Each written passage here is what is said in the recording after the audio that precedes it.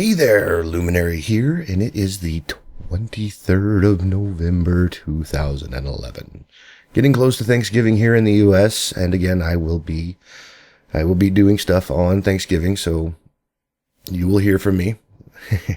Should be interesting. I picked up some live streaming software, may do some of that, not sure what though. We'll figure that out later. All relevant links will be in the description, so do be sure to check that out because today I have 2 free games for you, and I'm just going to go ahead and spit these out. An out-of-this-world deal, the Marbians goes free on Android, and from what I understand, this also has some other ports like on Xbox Live Arcade, the PlayStation Network, and whatnot, but it is free for your Android phone. So, free game. How about that? Next, we have Pudding Panic for free from the 26th of November. So Thanksgiving, you can have a food-based game for free. And it looks like it is strictly for the iPad and iPhone. How about that? We'll play some pudding games. Pudding. Either way. Next on the list, and I found this quite hilarious, the TotalBiscuit is going to be voicing one of the new characters and heroes of New Earth. How about that? Holy crap. And I found it in a tweet of his, so I went ahead and I copied the link yesterday, and I was going to tell you about it yesterday, but I figured today would be a better time to share that with you. And it was weird because I started thinking to myself, I'm listening to a British guy, not just any British guy. I'm listening to a British guy who is TotalBiscuit saying stimulating over and over again. So it was like stimulating, stimulating, stimulating, stimulating, stimulating, and all kinds of other stuff. He even sings in it. So you'll get to hear his voice reel. That's, I had a good laugh out of it. I think he's at DreamHack this week. That's gotta be fun. I really need to start going to conventions. That's all there is to it. And then we have the Yogscast Response. Finally, they got some sleep and they were able to make complete sentences on their own. Congratulations.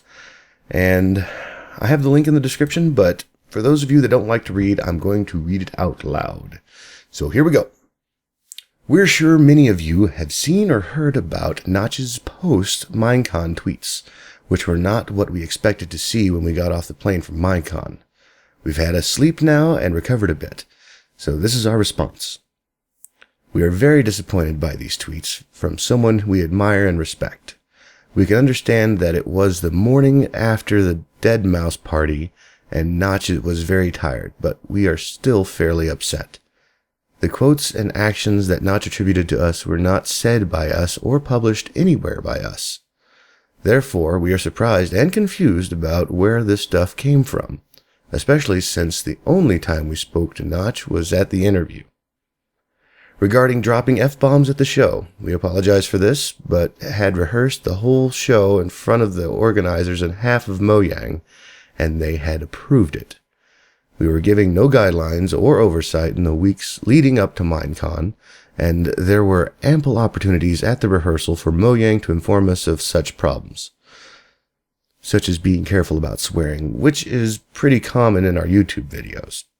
Out of all the tweets that Notch sent out, the most hurtful was the accusation that we told a kid to fuck off, and crossed out another signature, which is something we would never do.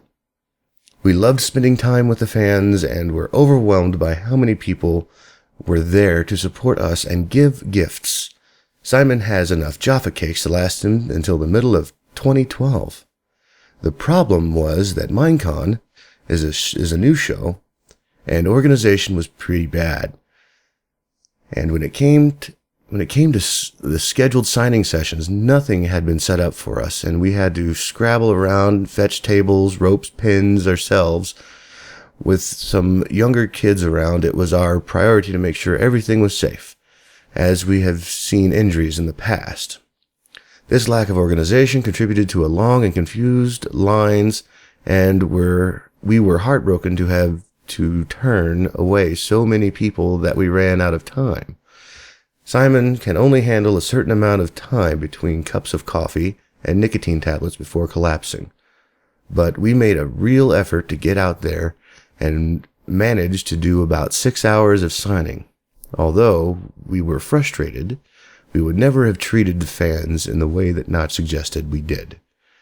We were also unhappy and surprised that the week before Minecon, Mojang informed us that they had sold the rights to livestream our show and content to IGN. They hadn't asked us. They hadn't spoken to us. They just sold it. Because of this, we nearly canceled the trip, but decided to say balls to it and come anyway, because we felt we owed it to the fans.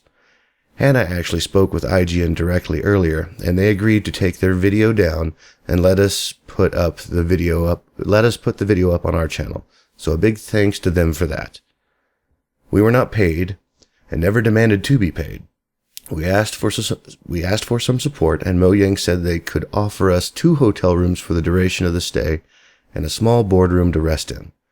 We spent a huge amount of money on flights, rooms, food, and equipment for the 10 people that were brought along to support us, act as security, and make video posts and generally help out. We also gave away 100 special t-shirts for free. The reason we came to Minecon is because we wanted to thank you guys and meet the community that we love and are a part of. We couldn't have gotten to where we are now without you guys. And so we decided to eat the costs of attending and just have fun. This is why we spent our panel giving a voice to loads of talented people that couldn't attend but have made Minecraft what it is today. We're not going to stop making videos. Not going to stop loving you guys. And hopefully we'll see you at more gaming conventions in the future. Lewis, Simon, and Hannah. There you have it. That is the Yogscast response. Everybody was chomping at the bit. They're stalling, blah, blah, blah, blah. This is a well thought out statement. It is not random Twitter, I can't deal with it anymore, here, take that type stuff. This is good stuff. This is well thought out, and I'm not going to look at the comments. It's Reddit. So, but after that was posted, Notch ended up tweeting, "It is likely the entire Yogscast scenario is just stress-related misunderstanding. I apologize for bringing it online before talking to them." Yeah, this must have been his first experience with really doing anything like this. I know that people say Notch likes to troll, but this is kind of grievous, especially when it comes to the Yogscast. And not that I'm for the Yogscast or I'm for Notch, it's just when you're an opinion for a mass of fans, it gets kind of crazy because people will take it to a fanatical degree and do crazy stuff like, I don't know, this actually happened, meet the Yogscast and they get off the plane and harass them on Notch's behalf. Really, guys, let's start thinking just a little bit. Just a little bit. Didn't even have the whole story and ready to, ruin people. Something's got to give. Well, I think that should be it. Again, all links are in the description. I have Jamie of Gamesandstuffs on my show on Saturday at 4 p.m. He'll be in the IRC chat, willing to give a chat to anybody out there. And I think that's about it. Yeah, that's it. I'm Luminary, and I'll see you next time.